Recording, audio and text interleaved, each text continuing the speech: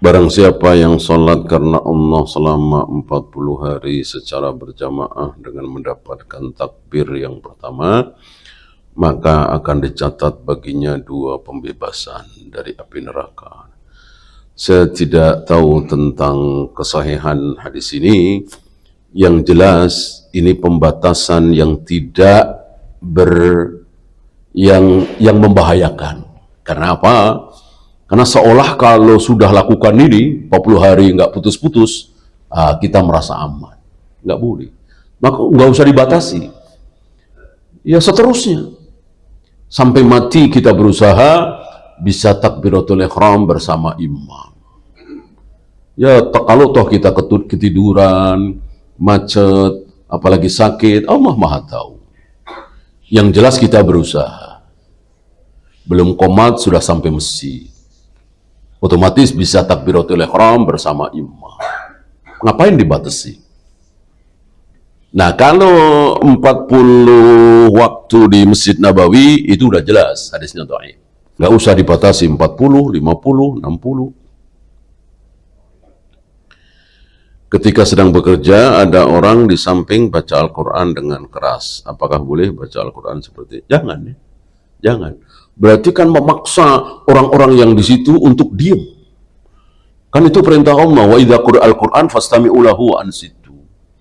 Jika engkau dibacakan Al-Quran, jika Al-Quran sedang dibaca, diam, dengarkan.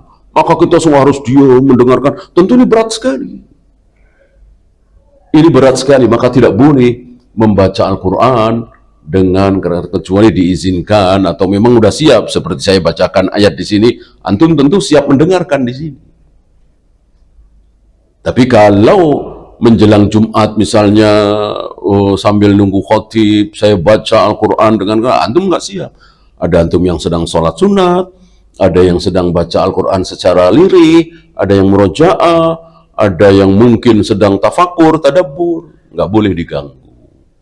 Termasuk saudara-saudara kita yang sedang istirahat, tidur, terganggu dengan bacaan Al-Quran di speaker-speaker masjid, itu tidak benar, itu tidak baik. Yang benar seperti di Masjidil Haram, Masjid Nabawi.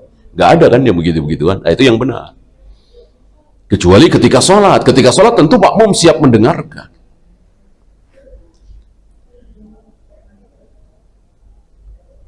Seperti apa kalau doa istikharah kita dijawab? Ini menarik ya. Jadi begini, istikharah itu bukan minta jawaban dari langit. Saat kita bingung nih, mau daftarin anak ke UI apa ITB misalnya ya kan. Lalu kita istikharah. Lalu kita jawaban dari langit. Berharap jawaban dari langit dalam hati kita, oh UI saja misalnya. Enggak. Itu salah. Jadi begini, istikharah itu kita lakukan ketika kita mau mengambil keputusan.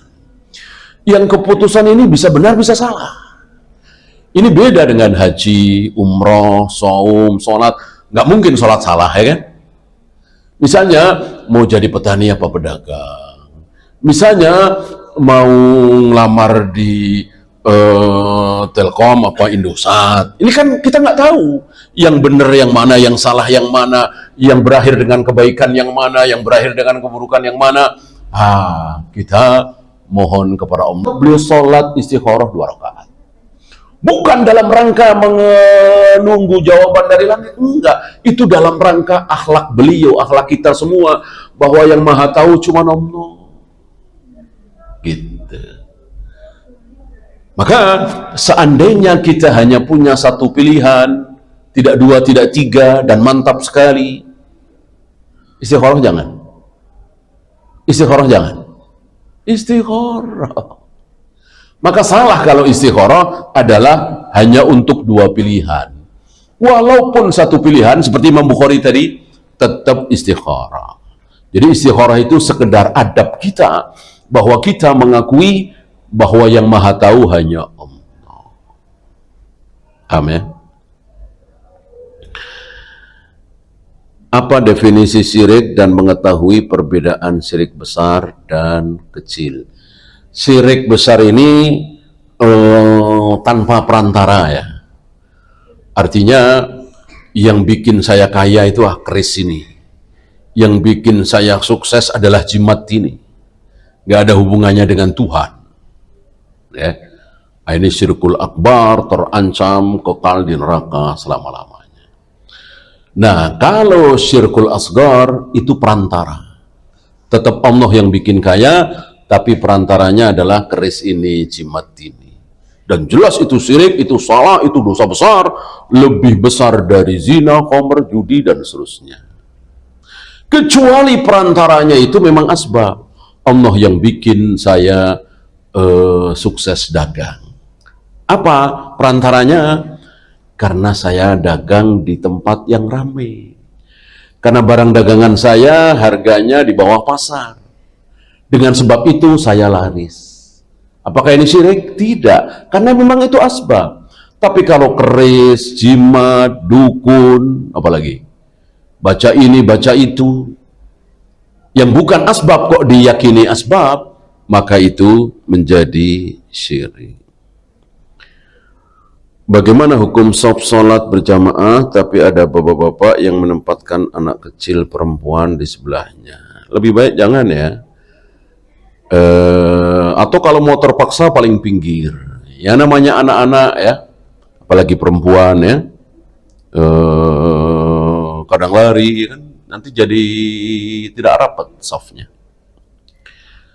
Seorang muslim yang sering melakukan dosa, bagaimana nasib di kubur? Hanya Allah yang tahu. Kita serahkan kepada Allah. Ya. Dalam akidah Ahlus Sunnah dikatakan tahtal masyiah, tahta masyiatillah. Nasibnya terserah Allah. Insya'a adzabahu wa insya'a ghafara lahu. Kalau Allah mau, Allah siksa dia. Kalau Allah mau, Allah ampuni karena masih bertauhid, masih beriman. Kita yang masih hidup tinggal mendoakan. Mendoakan. Jangan mengutuk, melaknat. Apa istilah kita? Nyumpain, jangan. Kita doakan mudah-mudahan diampuni. Ya, itu saja. Kita akhiri. Subhanakallahumma bihamdika asyhadu an la ilaha illa anta astaghfiruka wa atubu ilaik. Assalamualaikum warahmatullahi wabarakatuh.